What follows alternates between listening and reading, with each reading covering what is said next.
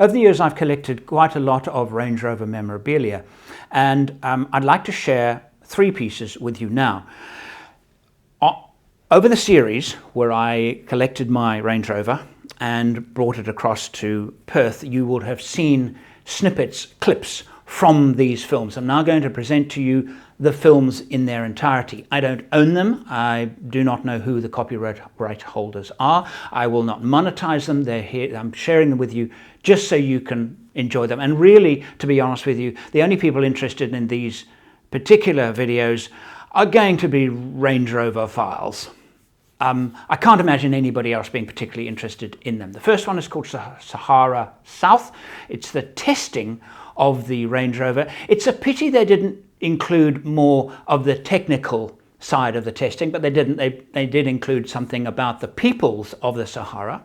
The second one is a promotional video, more commonly known. It was called A Car for All Reasons, promotional video for Range Rover, also made in 1970, and I'm going to cap it up with a commercial. I got a copy of this commercial, and by the looks of the Range Rover in it, it was probably made in the late 1980s. Enjoy them. I'm Andrew St Pierre White. Join me as I share my passion for building 4-wheel drive trucks and travelling to the remotest parts of the world. These videos are made possible by contributions from Patreons. Join the Patreon family now.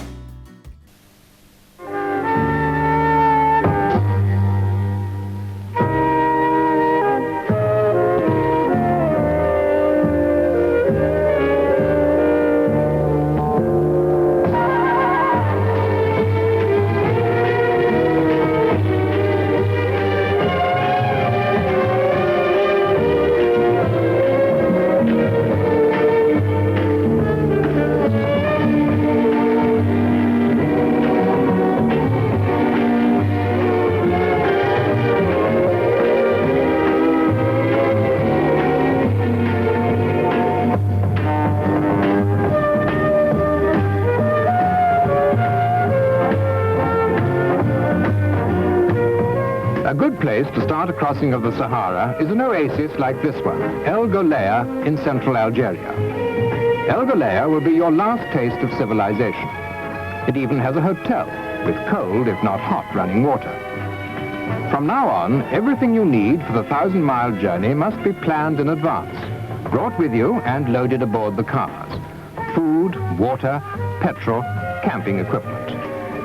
The expedition leader must know the terrain like a mariner knows the coast, for this is not a country with 4-lane highways or any motor roads at all.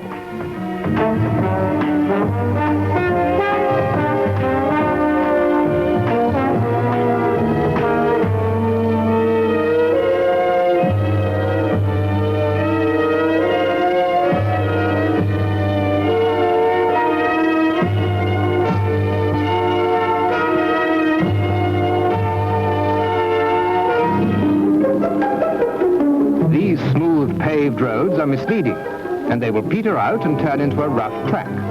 So rough in places that it would shake an ordinary car to pieces. For the desert is not an endless stretch of sand, but a mixture of stony plateau, mountain ranges, outcrops of rock, and high dunes.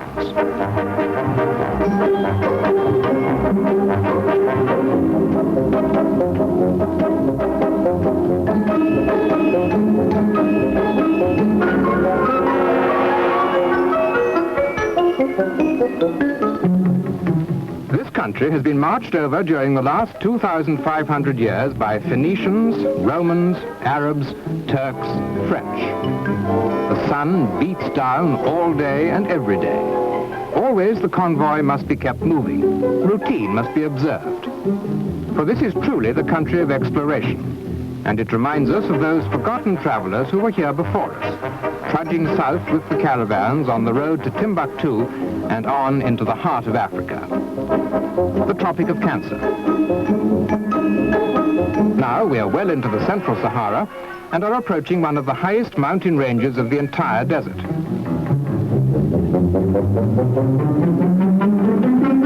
High up in the Hogar Mountains, from this hut, the French priest Abbé de Foucault, who lived and died among the Tuareg, could look out over these great peaks.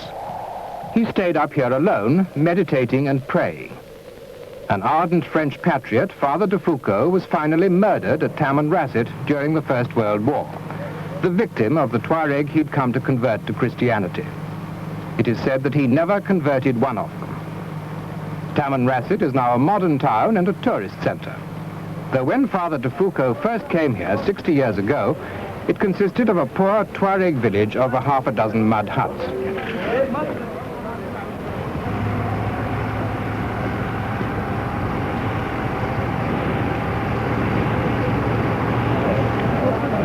From here, we are facing the real desert, and cars must be checked carefully to ensure that there will be no mishaps. Perhaps not as carefully as this, because this expedition is engaged on the desert testing of a new model, and the mechanics have all sorts of sophisticated equipment with them.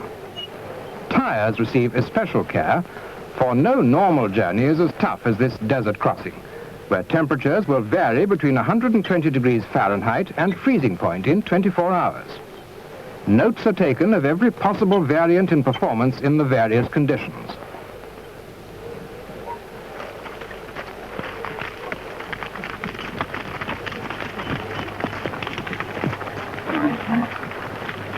Even in the middle of a sand sea, camel riders may suddenly appear, and it is good to know that they will be friendly. For 100 years ago, these Tuareg tribesmen were known as the scourge of the desert. But the old enmities between Christians and Muslims are now forgotten, and you are as safe in a desert encampment as you would be in an English village. In the old days, these meetings were very different, and that was the reason for the beau geste forts. We still think of the Legion in the romantic terms of Ronald Colman and gallant legionnaires dreaming of the girls back home. But life in these desert outposts was not romantic. It was a grim, day-to-day existence in the middle of nowhere. And the sands will probably one day cover this French colonial fort, as they have swallowed up the monuments of all those who thought they had conquered the Sahara.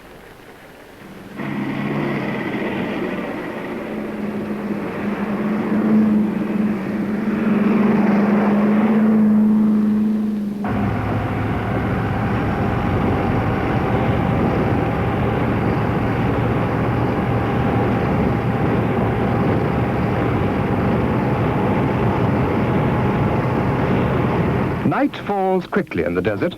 There's hardly any twilight at all. While the camel caravans often travel after sundown to escape the heat, guiding themselves by the stars, the modern traveler selects a good camping site while there is still light.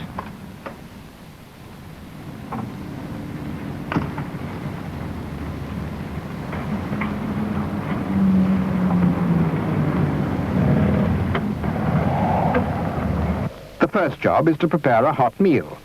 For the Sahara is bitterly cold at night, and the temperature drops 50 degrees or more in a few hours. You smoke a last cigarette, and then comes that beautiful moment when you crawl into your warm sleeping bag and watch the sky in a silence that exists nowhere else but in the desert.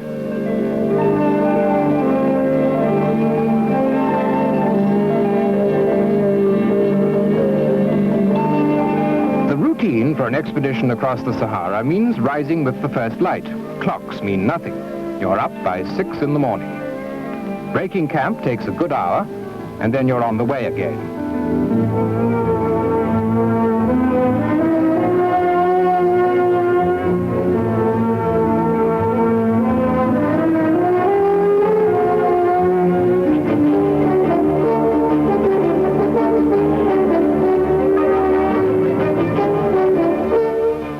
Stretches of the desert with nothing unusual to be seen. A desolate landscape with no distinct landmarks. In country like this, the modern explorers, the geologists and oil men, often travel by compass. They prefer their instruments even to the desert guides, who still use the sun, stars, and, as they say, the soles of their feet.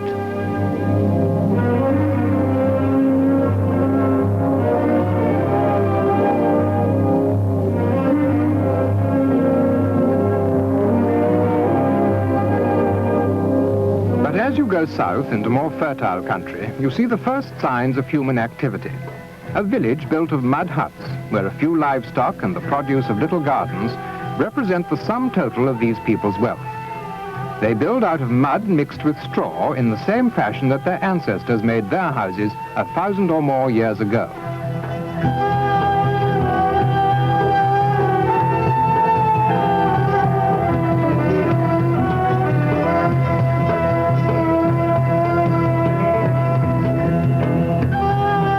Salt has always been one of the most valuable products of Africa, so valuable that it was once bargained for gold dust in the great market of Timbuktu. Here they are processing rock salt by making pits, filling them with water, and letting the water evaporate. Then they collect the deposit, load it onto camels and donkeys, and export it to Central Africa as far as the Chad and Nigeria. In return, they get back tobacco, dates, millet, and the few simple necessities of the Saharan village. As you reach Agadez with its great mud mosque, you're on the fringes of the desert. The country changes, and so do the people who live there. This is the beginning of Central Africa. We have arrived in the Republic of Niger, a cattle-raising country, a land of crowded villages surrounded by scrub. The people are racially mixed. Tuareg from the desert, Arabs, Negroes from Central Africa. Niger lies on the caravan routes once used by the slave traders, and it has been fought over and conquered by many nations. Today it is independent, a pastoral land in which the tempo of life is slow and easy. The French, during their occupation, left it pretty much as they found it. So we see a country that is almost unchanged since the first explorers passed this way en route to Timbuktu.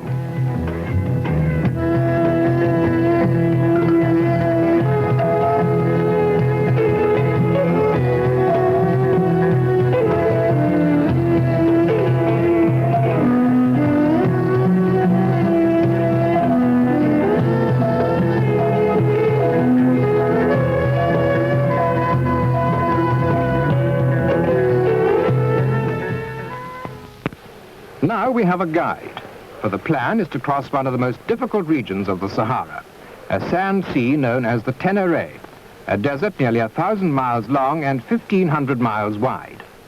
Apart from one well, which is marked on the map as the Tree of the Tenere, there are no other water holes until the traveler reaches the oasis of Bilma. You don't cross a desert like the Tenere without a native guide. The desert men navigate by instinct, for there are no obvious landmarks, and in any case, the face of the land is always changing. But the veterans have crossed this sand sea many times before with camel caravans. They have the feel of the country. Soft sand is the great hazard for wheeled vehicles, and that is why a properly organized expedition always travels in convoy. If one vehicle gets stuck, the other car can help winch it out. So that is the first rule of desert travel. Always cross a sand sea in company with another car. And the second rule, never leave your vehicle if you do happen to be alone and break down. A vehicle can easily be spotted from the air, but a man may be almost invisible.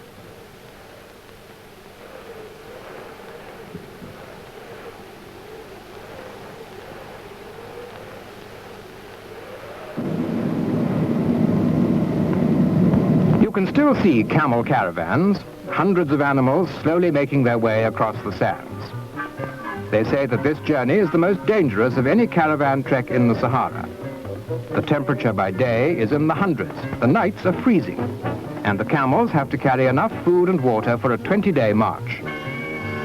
A loaded camel cannot travel under these conditions without drinking at least once every 3 days, and many of them will die from fatigue and thirst on the journey.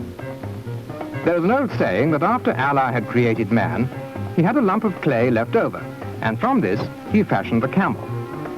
But whoever made him, the camel is certainly the most valuable animal in the whole Sahara, and so is entitled to his drink. 25 gallons of water at a time, when he's really thirsty.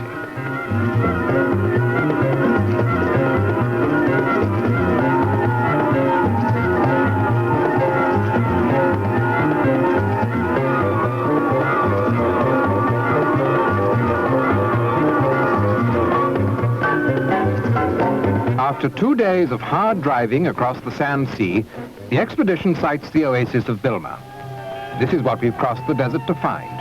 Life in a region of the Sahara almost untouched by the outside world.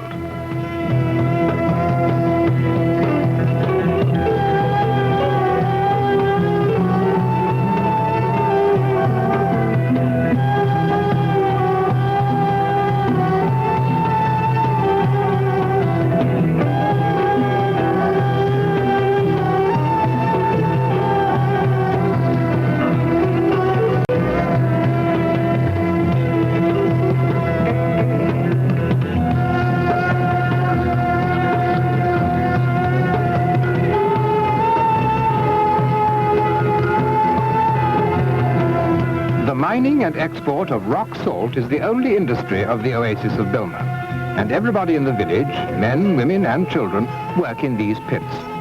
They start work before the sun comes up and rest during the heat of midday. The salt is produced by cutting pits in the hillside and filling the pits with water.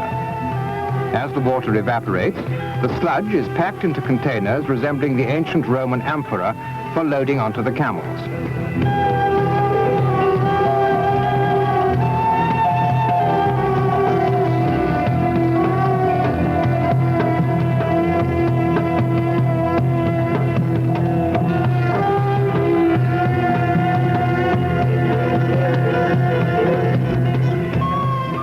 A salt caravan today may consist of 200 camels.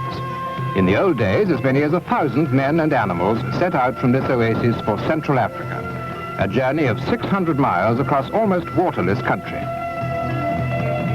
We now turn north to the Hogar Mountains once more, where a hard climb up to the plateau brings us to another world, the world as it was 10,000 years ago. At that time, when most of Europe was covered with ice and snow, these mountains were forested. Rivers ran through the valleys. Herds of animals and flocks of birds lived on these slopes, and men hunted them with bows and arrows. Then, about 7,000 years ago, the climate changed. The rains grew less and ceased altogether. Rivers and lakes dried up, the forests died, and the mountains were eroded down to the bare rock.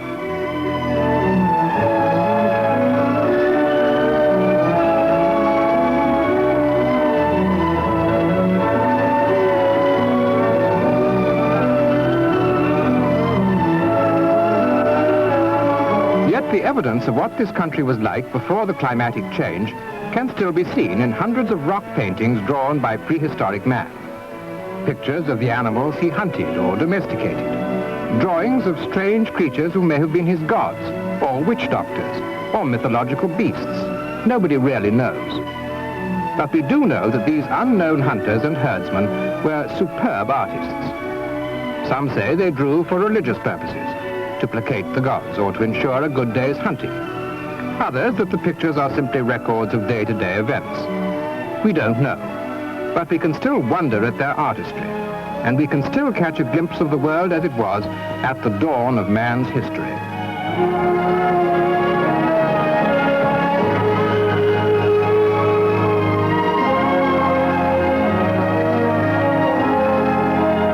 Thousands of years have passed, and for us in the Western world, life has changed beyond recognition. But in far places in the Sahara, you can still see the world of yesterday.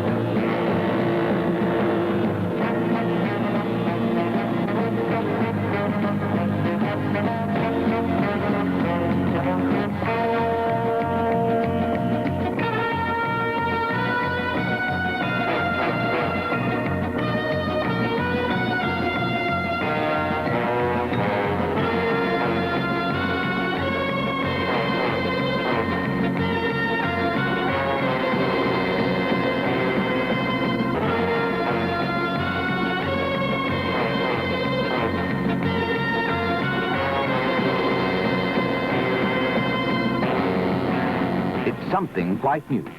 It's 4 cars in one. It has the comfort of a luxury saloon, the road holding of a high-performance car, the capacity of an estate car, and it's go anywhere like a Land Rover. It's strong, with a tough inner steel frame and light alloy outer panels, the way they make high-quality saloons. It's rugged, with a proper chassis that's rarely built. It's powerful, the proven V8 Rover engine adapted to go-anywhere conditions. And that go-anywhere specification demands something special in springing, something special in ground clearance, something special in 4-wheel drive.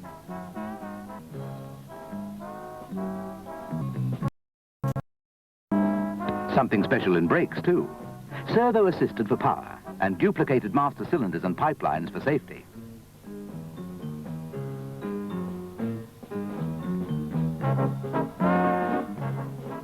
There is a device that keeps the car always on the level, whatever the load.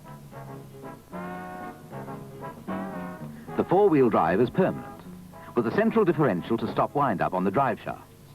So with the front and rear differentials, there are 3 in all. That gives you balanced drive.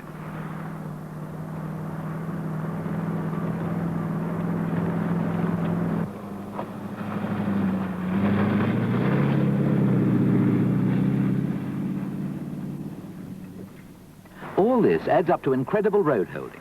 In the rough and on the road, it's just the same to the new Range Rover. That's why the springing is something special, why the ground clearance is generous, why the chassis is really built. But because the Range Rover is also a car, it has built-in stability. The steering is strictly neutral. You won't lose the back or the front. The handling is superb. The road holding is designed for the top speed of almost 100 miles an hour. Even in snow or sleet, that 4-wheel drive puts you on rails. And the disc brakes stop you like that.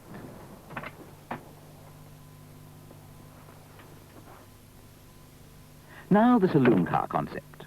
The safety belt attaches to the seat, not to the floor.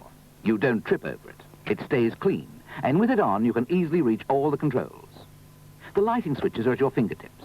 Above them are the indicator and horn switches.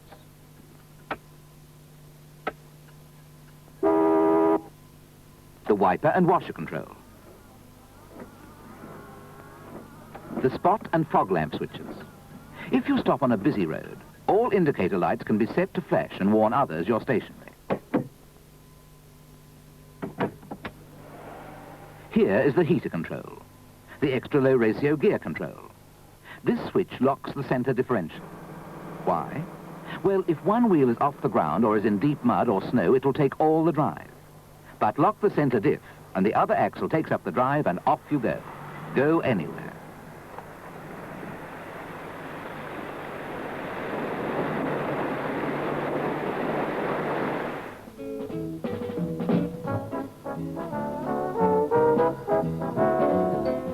And go anywhere means just that. Go shopping, go visiting, go to work, go to school. Flush, easy-to-operate exterior door handles. 2 doors so that once in, the kids are safe in the back.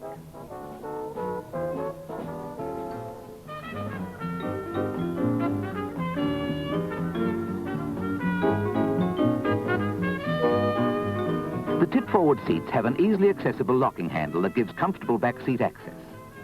Your go-anywhere car has become a luxury 5-seater saloon.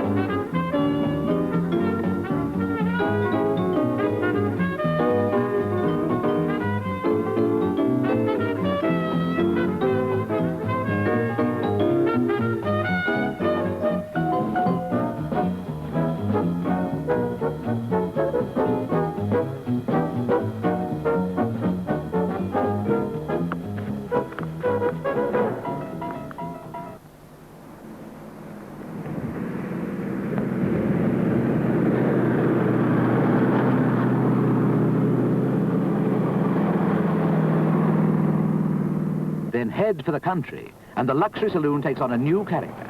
It's unstoppable. Here we see the reason for all the built-in features. The tremendous power of the all-aluminium engine, the sophisticated springs, the four-wheel drive, the clearance feature, the enormous strength, the four-wheel drive for rough going, and now, when the churned-up earth gives no grip at all, the reason for being able to lock that centre diff. A flick, and we're away again.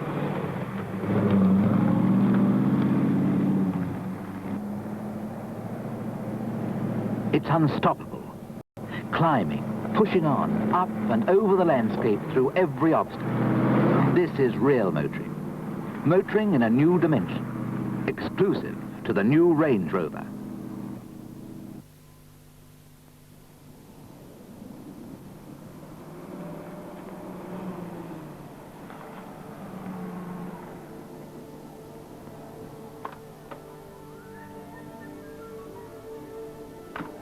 Whatever the situation, your Range Rover fits it.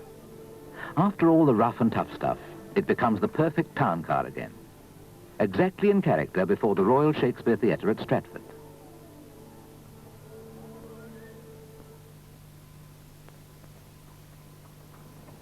And exactly in character too, doing this.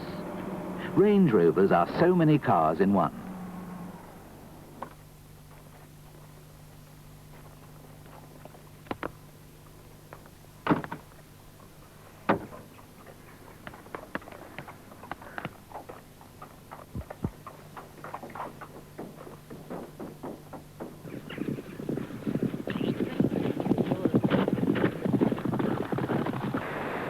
Helping a much older sister through a situation that no ordinary saloon car would even attempt on its own is just a courtesy for the Range Rover.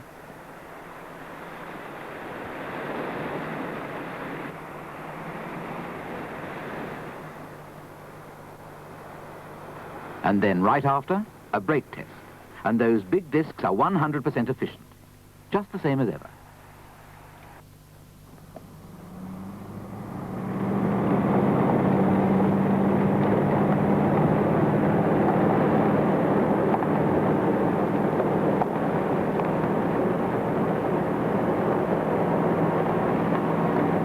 The Range Rover is a real performance car, and a real car for the sporting family.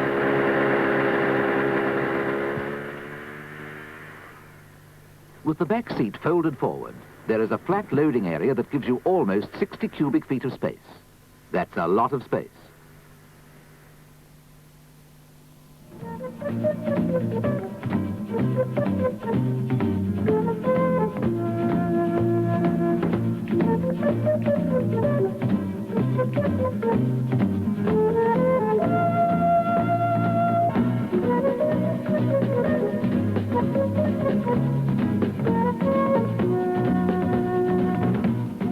You can tow a big yacht, and launch it too if you like.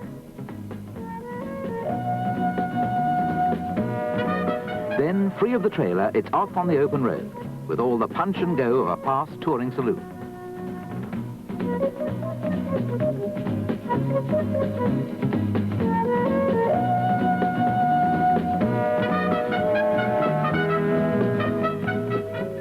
With 8 forward gears, the Range Rover will go up a mountain. It does.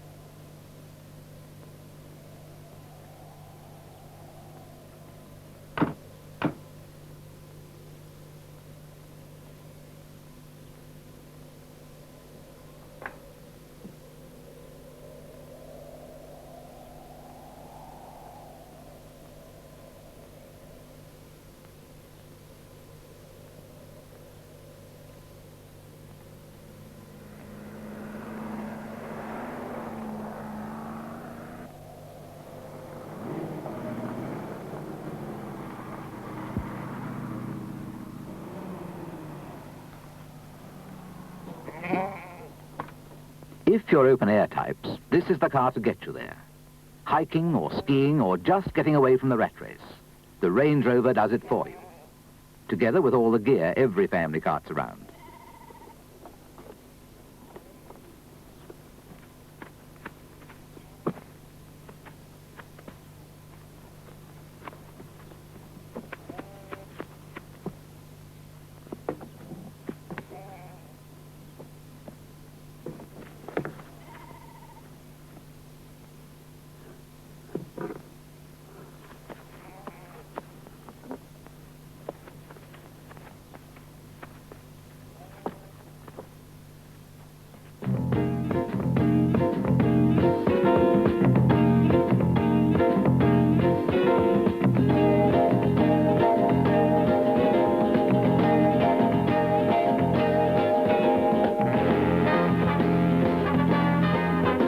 Workhorse? Well, a racehorse too, point to point.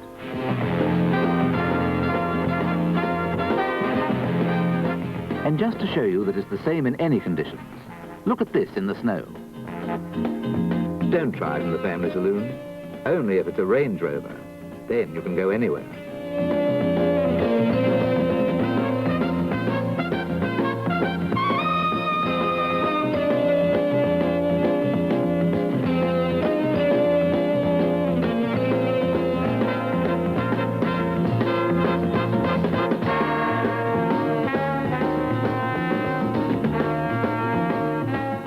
A car for the town and a car for the country. A car for all reasons. The Range Rover.